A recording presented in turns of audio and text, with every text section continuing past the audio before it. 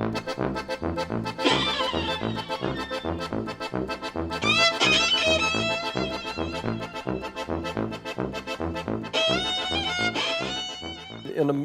America, we had the comics in the daily papers, and I would copy Dick Tracy when I was a kid. He was my favorite for a long time, at first because I took it seriously, and then later because it was so bizarre that it was funny. I was a student at the University of Texas.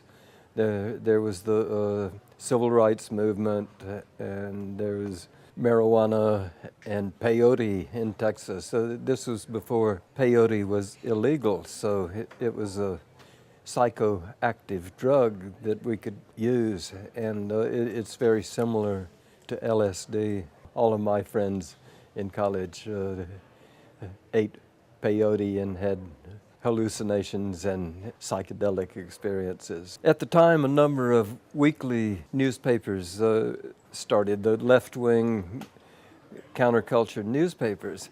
And I was sort of in general agreement with these papers, but they were very dull. I thought that no one would want to read these newspapers unless they had a comic strip like a normal newspaper has. So I started doing Freak Brothers as a comic strip to go in.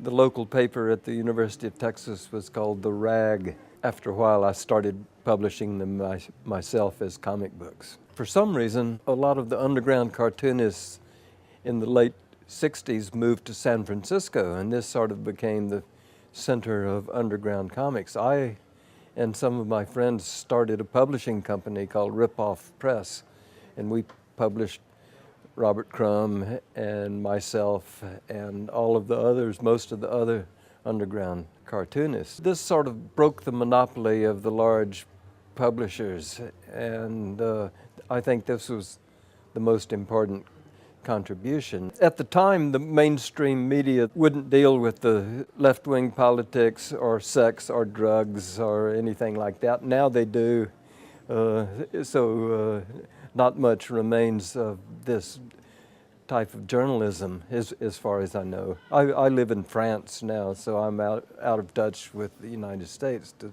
some degree. In France, there is a left wing. There's no left wing in the United States. It's either center-right or far-right. The Freak Brothers story were more about drugs and daily life. It was Robert Crumb that had the great sex fantasies, but I got credit for some of the things that Robert Crumb did. A lot of people confuse the two of us. That's okay with me. I'm a big fan of Robert Crumb's. There's a film producing company in Bristol, England that used to be called Bolex Brothers. They have done some films. They're trying to raise money to produce the Freak Brothers feature-length film. Bristol, England is sort of the center of this obsolete technology of stop-motion animation because Aardman Studios is there. Aardman does Wallace and Gromit, Chicken Run. The Freak Brothers film uses models that are larger, and the sets are so realistic that you can't tell that it's not full size. They're a traditional type comic. They're not fantastic or science fiction. They're about the daily life, and I think people can identify it with it, even though the characters are outrageous. If someone tried to live like the Freak Brothers, they would soon be dead. I read French comics mainly to practice my French. I know all the French cartoonists of the last generation. I'm not too acquainted with the younger ones. My favorite French cartoonists are Philippe Villemain, Frank Margerin. These are older guys. For me, the young new guys, the Americans are Dan Clowes and Peter Bagge, and they're probably 50 years old now.